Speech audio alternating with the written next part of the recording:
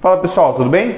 Eu sou o professor Vitor e hoje a gente vai dar sequência àquela série de vídeos falando sobre como utilizar um repertório cultural que envolva filmes, séries e livros na redação do vestibular, ok? E hoje vamos com Batman Cavaleiro das Trevas. Pessoal, o ano é 2008 e um diretor já famoso naquela época, mas talvez não tão famoso quanto hoje em dia, o Christopher Nolan, talvez um dos diretores aí mais impactantes da atualidade, ele publicou então o segundo filme de uma trilogia que se garantiu como uma das mais clássicas falando em filmes de heróis, em filmes principalmente do Batman, né? Que é a trilogia do Cavaleiro das Trevas. Coloquei aqui embaixo para vocês uma referência de obras relacionadas ao filme do dia de hoje, que é o Batman Cavaleiro das Trevas. Então não se confundam. Primeira coisa, existe o filme Batman, o Cavaleiro das Trevas, que é o segundo filme de uma trilogia baseada nos quadrinhos, chamada também Batman Cavaleiro das Trevas. Quadrinhos esses produzidos por Frank Miller e publicados em 1986, ok?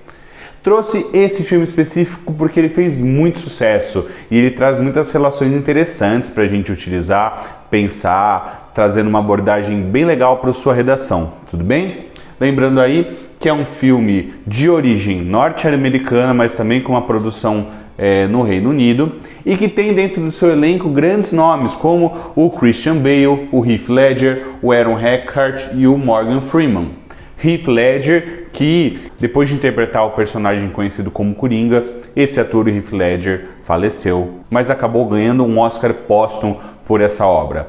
A atuação dele dentro desse filme é uma das mais icônicas da história do cinema. Então, esse já é um motivo para além do vestibular você curtir essa grande obra, tá? Mas então vamos lá, do que se trata Batman Cavaleiro das Trevas? O longa-metragem começa cerca de um ano depois do primeiro filme, que é o Batman Begins, não é?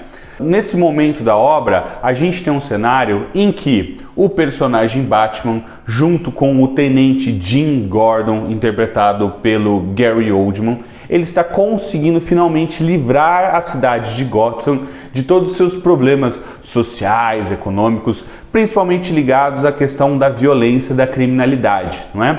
Além do Batman e do tenente Jim Gordon, um novo nome chega à cidade e torna todo esse caldo mais efervescente ainda. É a figura do promotor público Harvey Dent, interpretado pelo Aaron Eckhart. Esses três personagens atuando juntos conseguem promover uma mobilização tão grande contra os criminosos que esses se veem desesperados. Então, uma nova ofensiva começa a surgir contra o Batman e é aí que a história começa a ficar interessante. Vai surgir um quarto nome, uma quarta figura que será o elemento central responsável por todas as atividades que ocorrerão dali para frente. Esse Coringa icônico, representado pelo Heath Ledger, demonstra-se uma personalidade totalmente doentia, anarquista e que quer promover apenas o caos, não é?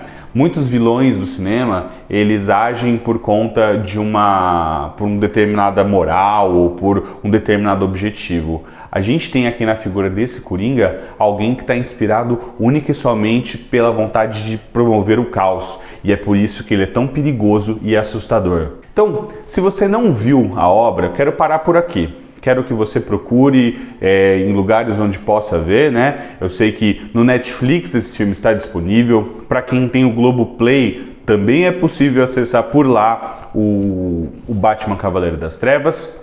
A questão importante agora é pensar como será que eu posso utilizar essa referência do Batman Cavaleiro das Trevas no meu vestibular.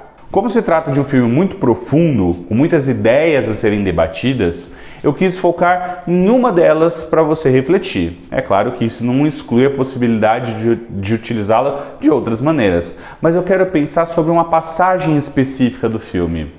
Ao longo da obra, é interessante notar que cria-se um dilema ético que pode ser explorado em muitas ocasiões, principalmente porque a tecnologia é ultimamente um assunto recorrente nos vestibulares. Em um determinado ponto do filme, o personagem Batman e o personagem conhecido como Lucius, um engenheiro que trabalha nas empresas Wayne, se veem dentro de um impasse ético.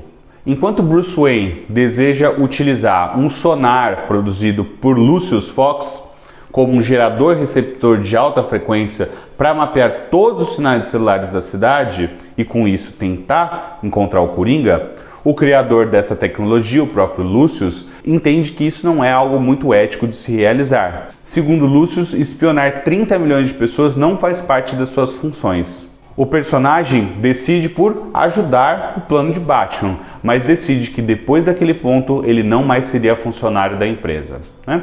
Então, essa é uma questão muito interessante de ser debatida, que é uma questão que envolve a perspectiva do utilitarismo.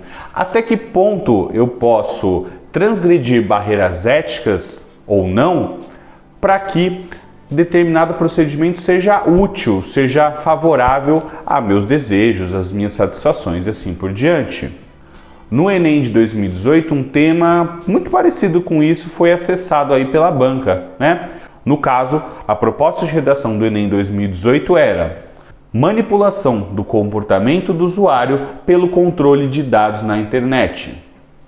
Em cima dessa perspectiva, a banca identificou a expectativa de que o candidato falasse sobre o grau de liberdade real que haveria na internet, considerando que algoritmos fazem com que as suas escolhas sejam um tanto quanto limitadas.